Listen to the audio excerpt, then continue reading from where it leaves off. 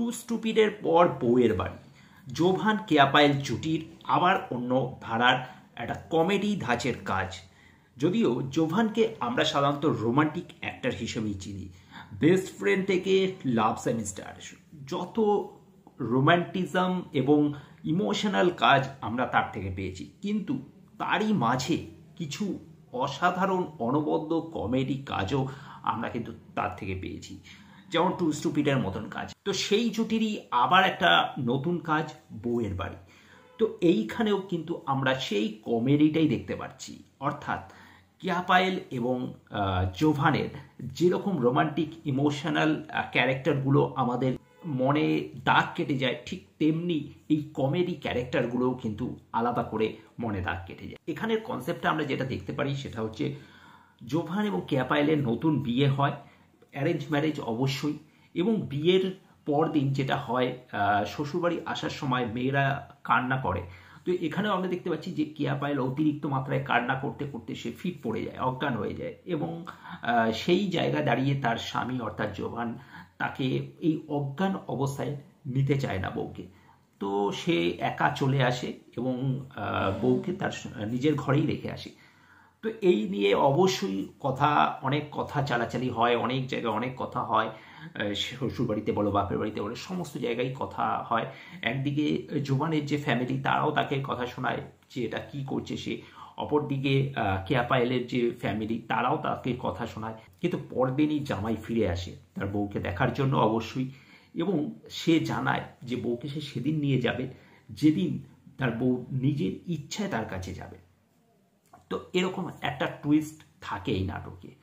তারপর আলটিমেটলি কি হয়, শেষে কি বউ শ্বশুরবাড়িতে ফেরে নাকি অন্য কিছু ঘটবে, তো এই নিয়েই অবশ্যই নাটকটা। কিন্তু এই নাটকের মধ্যে একটা খুব সুন্দর মেসেজ দেওয়া হয়েছে। মেসেজটা হচ্ছে যে এরকম কোনো মানে নেই যে বিয়ের সাথে সাথেই নতুন বউকে শ্বশুরবাড়ি যেতে হবে, কারণ একটা তার চেনা ছকে বাঁধা একটা জীবন ছেড়ে বা তার চেনা জগৎকে ছেড়ে হঠাৎ করেই সে একটা নতুন জায়গায় গিয়ে অভ্যস্ত হওয়াটা একটু কোথাও গিয়ে সময় লাগে। তাই মনে হয় যে একটু কিছু টাইমিং দেওয়া, যে টাইমে সে নিজেকে ধাতস্থ করে নিতে পারে, অভ্যাসে পরিণত করে নিতে পারে, এবং তারপর তো এই রকম একটা মেসেজ কিন্তু রয়েছে এই নাটকের মধ্যে।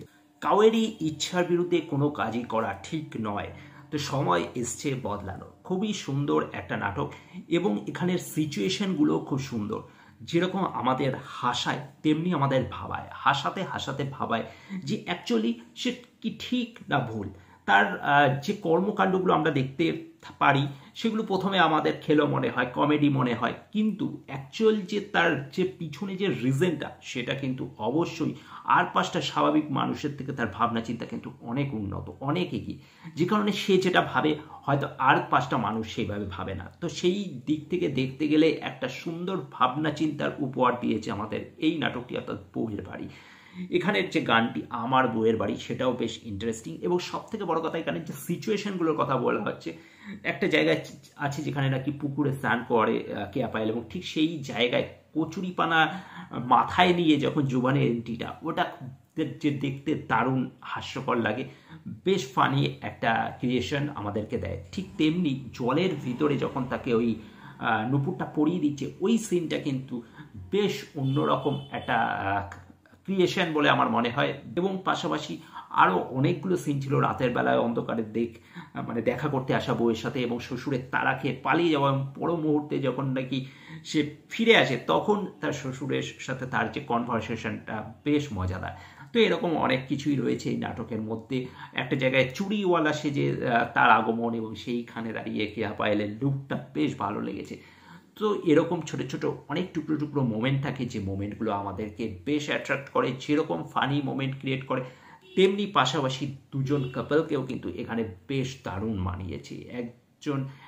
দুজনই খুবই একদম সরল সোজা হাবাগোবা টাইপের মানুষ, কিন্তু তার মধ্যে তাদের যে স্মার্টনেস সেইটা চোখে পড়ে। তো অবশ্যই সেটা ভালো লাগে, ভালো দিক, এবং এর ছবির ফিনিশিংটাও কিন্তু বেশ ইন্টারেস্টিং হয়েছে। তো সব মিলিয়ে নাটকটা কিন্তু আমি বলবো একটা সোশ্যাল নাটক অবশ্যই। তো সবাই দেখো, এবং যারা দেখেছো তাদের কেমন লেগেছে কমেন্ট করে জানাতে ভুলবে না। ভিডিওটা ভালো লাগলে লাইক শেয়ার করে দেবে, চ্যানেলটা সাবস্ক্রাইব করে সাথে থাকবে। Thank you.